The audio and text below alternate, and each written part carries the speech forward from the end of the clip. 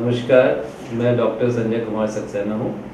मैं senior consultant and head of the department of neurology, Fortis hospital, Noida. आज discuss करते हैं एपिलेप्सी के बारे में, जिसको आम भाषा में मिर्गी या दौरे की बीमारी बोलते हैं।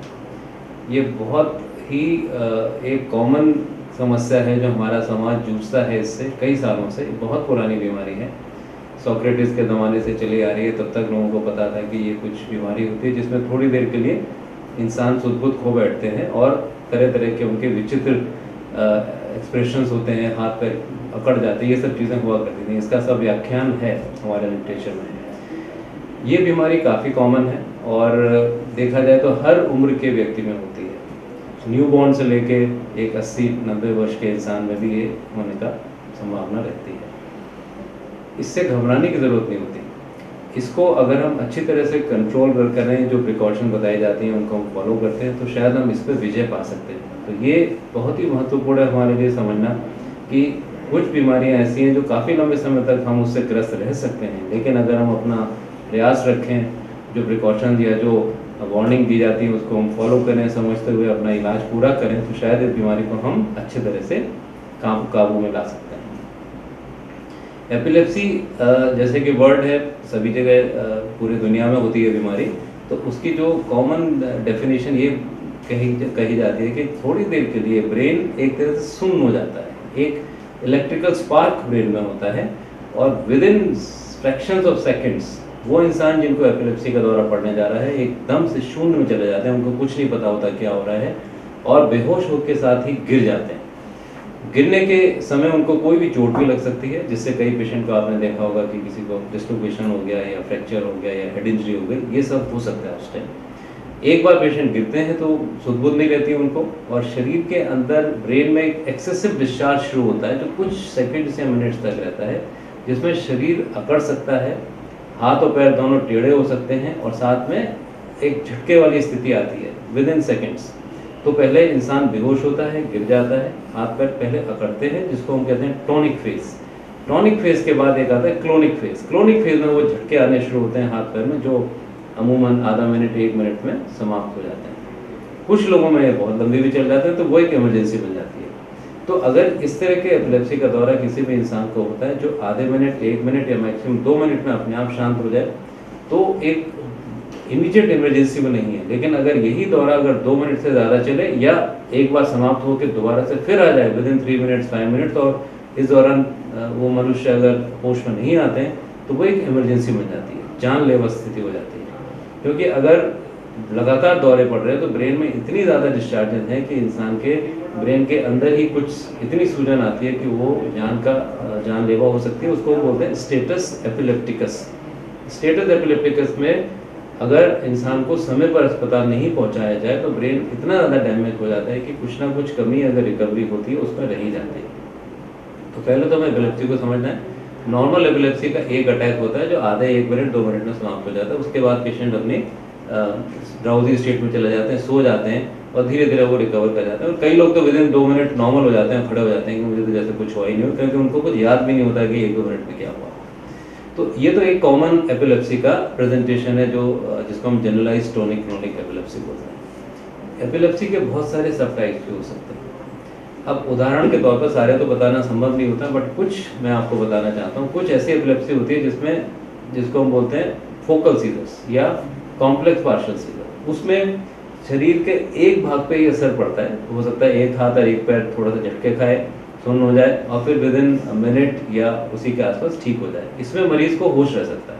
वो देख सकते हैं कि अचानक से कुछ करंट सा आया, हाथ टेढ़ा हुआ या झटका लगा, एक या दूसरा, और वो उनको एक एपिलेप्सी का हल्का दौरा है जिसको फोकल फिट बोलते हैं।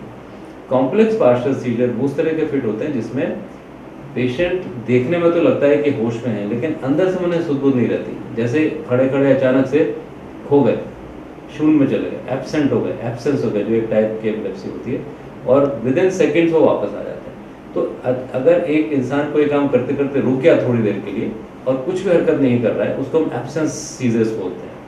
और अगर उस दौरान वो इंसान एब्सेंट तो हो गया, यानी उसका कांटेक्ट वातावरण से समाप्त हो गया, लेकिन कुछ एक्टिविटी होने लगती है उनके बगैर कंट्रोल के, अनकॉन्शियसली, जैसे मुंह का चलाना या जल्दी जल्दी आंखें पलक झपकना या एक हाथ से कोई चीज ऐसे ऐसे करते रहता है, तो इसको हम बोलते हैं कॉम्प्लेक्स पार्शियल सीजर, जिसमें पेशेंट गिरते नहीं है एकदम से बेहोश होकर, बैठे रह सकते हैं, खड़े रह सकते हैं, और एक अजीब सी एक्टिविटी होने लगती है जिसको कॉम्प्लेक्स पार्शियल सीजर कहते हैं।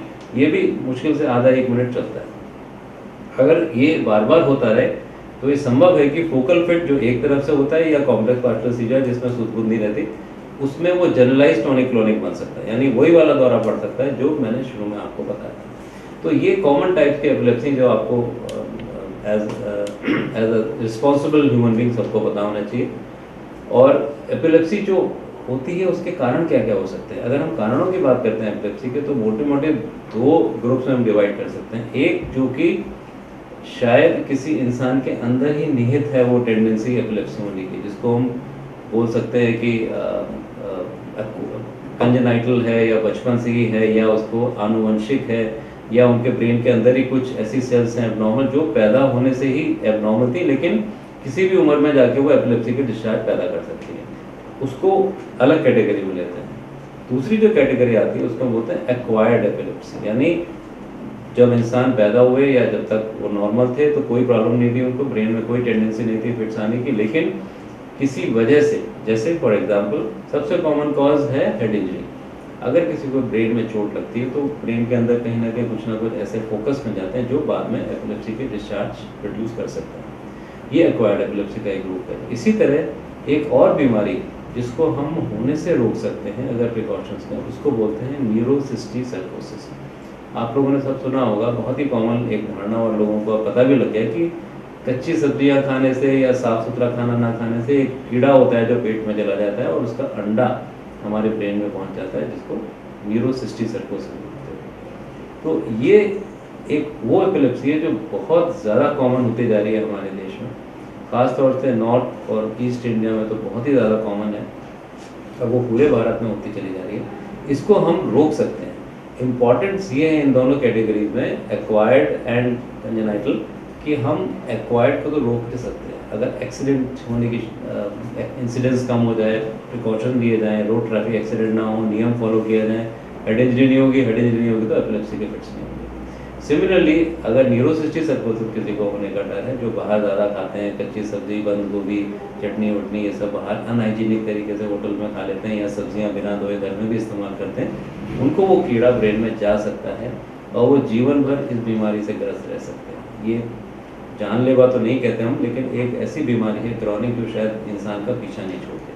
तो सबसे इम्पोर्टेंट मैसेज जो मैं आज देना चाहता हूँ ये है कि एपिलेप्सी जो आनुवंशिक है या किसी के शरीर के अंदर निहित है सिंस बर्थ, उसको तो शायद हम जड़ से नहीं निकाल सकते, लेकिन जो दूसरी कैटेगरी एपिलेप्सी की जो एक्वायर्ड एपिलेप्सी, उसको हम रोक सकते हैं। क्योंकि हम सब जानते हैं कि किसी चीज़ को अगर होने से रोक दिया जाए वो एक सफल इलाज है, अगर होने के बाद कुछ किया जाए तो वो उतना सफल इलाज नहीं है और दवाई लेने से भी दिक्कत होती है, एपिलेप्सी में भी दिक्कत होती है, तो इट शुड बी अवॉइडेड।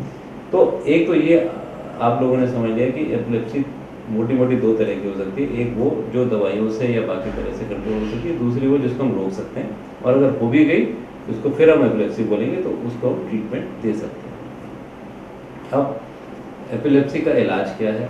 अगर किसी को एपिलेप्सी बाई चांस है किसी भी वजह से, या वो जेनेटिक है या कोई सिंड्रोम है या किसी वजह से एक्वायर्ड है, ब्रेन में इन्फेक्शन की वजह से किसी को एपिलेप्सी हो जाती है, या ओल्ड एज में किसी को अगर स्ट्रोक या क्लॉट हो जाए ब्रेन में, उसमें भी एपिलेप्सी हो सकती है। ये सारे कॉजेज एपिलेप्सी के मोटे मोटे होते हैं। दवाइयाँ बहुत सारी उपलब्ध हैं आजकल, एडवांसमेंट बहुत ज़्यादा हो रहा है मेडिकल साइंस में, नई नई मेडिसिन हर साल इंट्रोड्यूस हो रही हैं, मेडिसिन आते हैं, लेकिन स्टिल कोई भी एक दवा ऐसी नहीं है दुनिया में जो एपिलेप्सी को 100% क्योर कर सकती है। दवाइयों का रोल सिर्फ कंट्रोल करने में होता है। जो लंबी दवाई दी जाती है एपिलेप्सी में, आप सब जानते हैं, वो इसलिए दी जाती है कि जो एपिलेप्सी का फोकस है ब्रेन में, जहाँ से एपिलेप्सी के इलेक्ट्रिकल एक्टिविटी स्टार्ट होती है, उसको हम दवाइयों से सप्रेस करके रखते हैं, दबा के रखते हैं, और ये प्रिज्यूम करते हैं और ये अनुमान लगाते हैं कि शायद 2 या 3 साल या 4 साल अगर ये दवाई चले तो वो फोकस जो बहुत एक्टिव है और जहाँ से वो डिस्चार्ज निकलते हैं वो अपने आप हमेशा के लिए परमानेंटली शायद खामोश हो जाए या सप्रेस हो जाए। ये एम है। ये जो हम लोग अचीव करते हैं टारगेट, 100 लोगों में से 50 में तो ये अचीव हो जाता है। एक ट्रीटमेंट दिया, एक दवाई दी या 2 दवाई दी, 3 साल 4 साल 5 साल दिया, और 100 में से 50 लोगों की एपिलेप्सी शायद दोबारा होने की टेंडेंसी खत्म हो जाती है। लेकिन जो बाकी 50% बचते हैं उनमें या तो दवाई खाते खाते ही अटैक होते रहते हैं तो दवाई बंद करने का प्रश्न नहीं है, या ऐसे भी कुछ लोग होते हैं 10-15%, 20% जिनमें दवाई खाई, एक कोर्स पूरा कर लिया 3 साल या 4 साल का, जैसे भी डॉक्टर साहब ने बताया वो, उसके बाद वो रिकरेंस हो सकता है, रिलैप्स हो सकता है, तो उनको दोबारा से फिर दवा देनी पड़ती है। 20% पेशेंट ऐसे होते हैं या 25% जिनमें एक तरह की दवा दी जाए, 2 तरह की दवा दी जाए, 3 या 4 तक की भी तरह की दवाई दी जाए, फिर भी ये फिट्स कंट्रोल नहीं होते हैं। लगभग रोज़ या हफ्ते में या महीने में अटैक पड़ते ही रहते हैं, पूरी लाइफ उसमें वो परेशानी रहती है। वो इंसान हमेशा ही डरते हैं कि उनको फिट ना हो जाए, कोई कॉन्फिडेंटली काम नहीं कर सकते, अकेले नहीं जा सकते, ड्राइविंग अलाउड नहीं होती है। उन लोगों में जैसे जैसे मेडिकल एडवांसमेंट हो रहा है, there is a special category, special जिसको हम बोलते हैं मेडिकली इंट्रैक्टेबल एपिलेप्सी, यानी दवाइयों से एपिलेप्सी ठीक नहीं हो रही, उसको हम रिफ्रैक्टरी एपिलेप्सी बोलते हैं।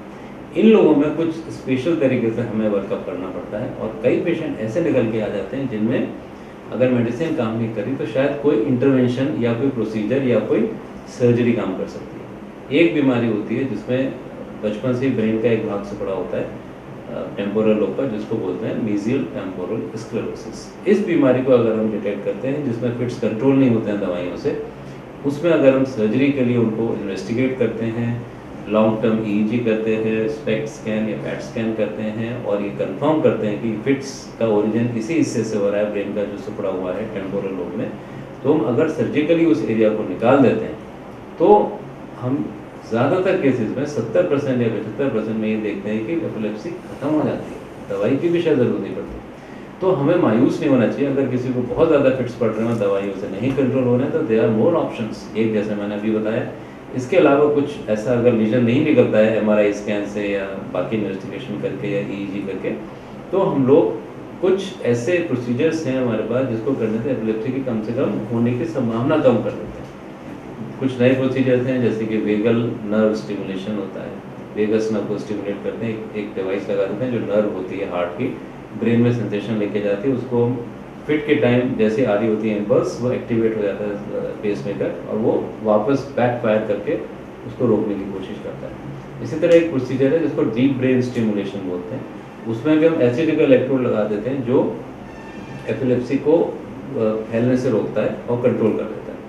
तो कुछ प्रोसीजर्स नए नए आ रहे हैं, तो ओवरऑल अब स्थिति बेहतर ही होती चली जाएगी, बिकॉज दवाइयाँ भी नई आ रही हैं, शायद वो ज़्यादा इफेक्टिव हैं, उनके साइड इफ़ेक्ट्स कम होते हैं, और उससे कंट्रोल भी बेहतर हो रहा है आजकल। लेकिन जो लोग नहीं कंट्रोल हो पाते उनमें ये सब प्रोसीजर भी सामने निकल के आ रहे हैं। तो एपिलेप्सी के बारे में जो धारणा आप लोग हम सबकी होती है कि ये तो एक लाइलाज बीमारी है, जीवन भर की, ऐसा नहीं है। इसको हमें समझना चाहिए, सीरियसली लेना चाहिए, और कितने इंसान हैं जो एपिलेप्सी के बावजूद अपने जीवन में सफल रहे हैं और दूसरों के लिए एग्जाम्पल सेट किया उन्होंने। शायद आइजैक न्यूटन को भी इस तरह की बीमारी थी जो कहाँ से कहाँ पहुँच गए, उन्होंने साइंस को कहाँ पहुँचा दिया। अगर हम रिसेंट टाइम की बात करें तो सब जानते हैं Jonty Rhodes, Leander Paes, इन सबको इसी तरह की प्रॉब्लम थी। तो ये अच्छे इलाज और अच्छे प्रिकॉशन लेने के साथ अपनी बीमारी को ओवरकम करके अपने जीवन में सफल रहे। तो जिस इंसान को बाई चांस ये बीमारी है तो वो मायूस ना हो, अपना कॉन्फिडेंस ना छोड़ें। इतने सारे ऑप्शंस हैं, उसको हम अगर फॉलो करें, प्रिकॉशंस लें। प्रिकॉशन में बेसिकली यही है कि अगर किसी को आप एपिलेप्सी का दौरा हो जाता है तो कुछ लोगों को आभास हो जाता है, जैसे आवाज़ हो जाए तो इंसान को सारी प्रिकॉशन लेनी चाहिए कि वो फिट पड़ सकता है उसको। और उस आवाज़ में अगर कुछ इमरजेंसी की दवाई होती है जो हम अगर मुंह में डाल के चूस लेते हैं, या लेजर स्प्रे आता है जो उसको रोक सकता है, तो वो भी हम ट्राई कर सकते हैं उस टाइम, जिससे कि अटैक आने को रोक सकते हैं।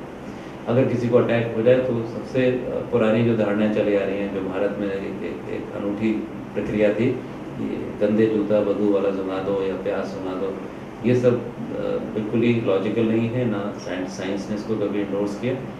होता ये है कि एपिलेप्सी का दौरा अपने आप आधे 1 मिनट में समाप्त हो जाता है। अगर किसी को दौरा हुआ, जूता सूंघाए या ना सूंघाए, वो दौरा अपने आप रुकना है। तो पहले क्या होता होगा, जैसे कि मुझे अनुमान है, एपिलेप्सी का दौरा पड़ा, इंसान नीचे गिरा, किसी ने सूंघाने के लिए नाक में दिया, वो तब तक वो अपने आप रुकना होता है। तो उनको लगा कि जूता या प्याज या कोई चुहाने, मुँह बंद करने से किसी चीज़ हो गया, ऐसा कुछ भी नहीं करना चाहिए। इन सबसे इंसान को खतरा बढ़ जाता है। आपको क्या करना है, अगर किसी को फिट पड़ा हुआ नीचे गिरे हुए तो कपड़े वपड़े लूज कर दें, जिससे कि सांस लेने में दिक्कत ना हो। मेक श्योर कि मुंह के अंदर कोई चीज़ ना फंसी हो जिससे उनके रेस्पिरेशन ना हो। सबसे इंपॉर्टेंट चीज़ जो इमरजेंसी में होती है किसी भी बीमारी में ये है कि हवा का रास्ता बिल्कुल नॉर्मल बरकरार रहे। एक तो ये प्रिकॉशन लेनी है, उनको एकदम से साइड से टर्न कर दिया जाना चाहिए, जिससे अगर कुछ लोगों की जैसे जीभ कट जाती है या अंदर उनका सलाइवा मुंह में रह जाता है तो वो चोक कर सकता है, तो एक साइड से करने से वो बाहर निकल आता है और सांस का रास्ता बना रहता है। दूसरा, अगर किसी को बहुत ज़्यादा हाथ पैर टेढ़े या कर रहे हैं, कभी भी सीधा करने की कोशिश नहीं करनी चाहिए, बिकॉज उस टाइम इतनी ज़्यादा शक्ति होती है कि अगर आप करेंगे या तो आपका नुकसान होगा या उस इंसान की जोड़ टूट लूज हो जाएगा या हड्डी टूट सकती है। कुछ उस वक्त नहीं करना चाहिए, छोड़ दीजिए, आधे एक मिनट में अपने आप को देखिए। लेकिन अगर 2-3 मिनट तक लगातार एपिलेप्सी का फिट पड़ रहा है, इमीडिएटली आसपास जो भी केयर नर्सिंग होम या हॉस्पिटल हो वहाँ इमीडिएटली ले जाइए, क्योंकि वो स्टेटस एपिलेप्टिक का जितना जल्दी इलाज होगा वो इंसान को खतरे से बाहर ले आएगा। तो ये प्रिकॉशन, अगर जिसको एपिलेप्सी है उनको सबसे इम्पोर्टेंट चीज़ फॉलो करनी होती है ये कि दवाई जिस तरह से बताई गई है टाइम से लें। अगर किसी इंसान की एपिलेप्सी कंट्रोल चल रही है और वो दवाई मिस कर देते हैं तो एपिलेप्सी दोबारा से होने का खतरा बढ़ जाएगा और फिर वो जीवन भर की एक समस्या रहती है, हमेशा ही चलती रहती है दवाई। तो ये दवाई टाइम से लें, रेगुलर लें। और कुछ चीज़ें ऐसी हैं जिसको हमेशा अवॉइड करना चाहिए। सबसे इम्पोर्टेंट ट्रिगर होता है एपिलेप्सी का लेट नाइट स्लीप। अगर हम रात को देर तक जाग रहे हैं और हमें एपिलेप्सी है तो अटैक पड़ने की संभावना वैसे दुगनी तिगनी 4 गुनी हो जाती है। समय से सोना और 6 से 7 घंटे की नींद रात को लेना, ये दूसरा इम्पोर्टेंट प्रिकॉशन है। कई लोगों को स्लीप डिप्राइवेशन एपिलेप्सी है तो वो सिर्फ नींद कंट्रोल करके बिना दवाई के काम चला सकते हैं अपना। उसके अलावा जैसे ड्राइविंग कुछ दिनों तक नहीं अलाउड होती, ऑब्वियसली, बिकॉज अगर किसी को फिट आ रहे होते हैं, वो ड्राइव कर रहे हैं, उस टाइम हो जाए फिट तो अपनी भी जान और औरों की भी जान का भी खतरा है उस टाइम। और बाहर का खाना पीना, लाइफस्टाइल मॉडिफिकेशन, ये सब चीज़ें करनी चाहिए। उसके बाद अगर 3 या 6 महीने तक फिट्स नहीं आते हैं दवाई खाते खाते तो वो इंसान नॉर्मल अपनी एक्टिविटी स्टार्ट कर सकते हैं। कई कंट्रीज़ में ड्राइविंग अलाउड हो जाती है, इंडिया में कोई ऐसा कानून अभी बना नहीं है, लेकिन नॉर्मली प्रैक्टिकल वे में अगर 6 महीने तक किसी को फिट नहीं है तो उसको अलाउ किया जा सकता है ड्राइव करना। तो ये सब प्रिकॉशन लेते रहिए, एपिलेप्सी को होने से रोकिए, जिसको है उसको प्रिकॉशन दीजिए, अगर किसी को हो जाती है उसकी सहायता करिए। इन सब चीज़ों को आप समझ लीजिए और आगे अगर आप अच्छे समाज के सदस्य बनेंगे तो शायद देश की तरक्की होगी, देश की हेल्थ अच्छी होगी एंड ऑफकोर्स पूरी दुनिया से फिर हम एपिलेप्सी को कंट्रोल या एरेडिकेट करने में सफल हो सकते हैं। आपसे ये संभावना है कि आपको इससे ज़रूर कुछ ना कुछ आपने शिक्षा ली होगी जो आप प्रयोग में लाएंगे अपने जीवन में। Thank you.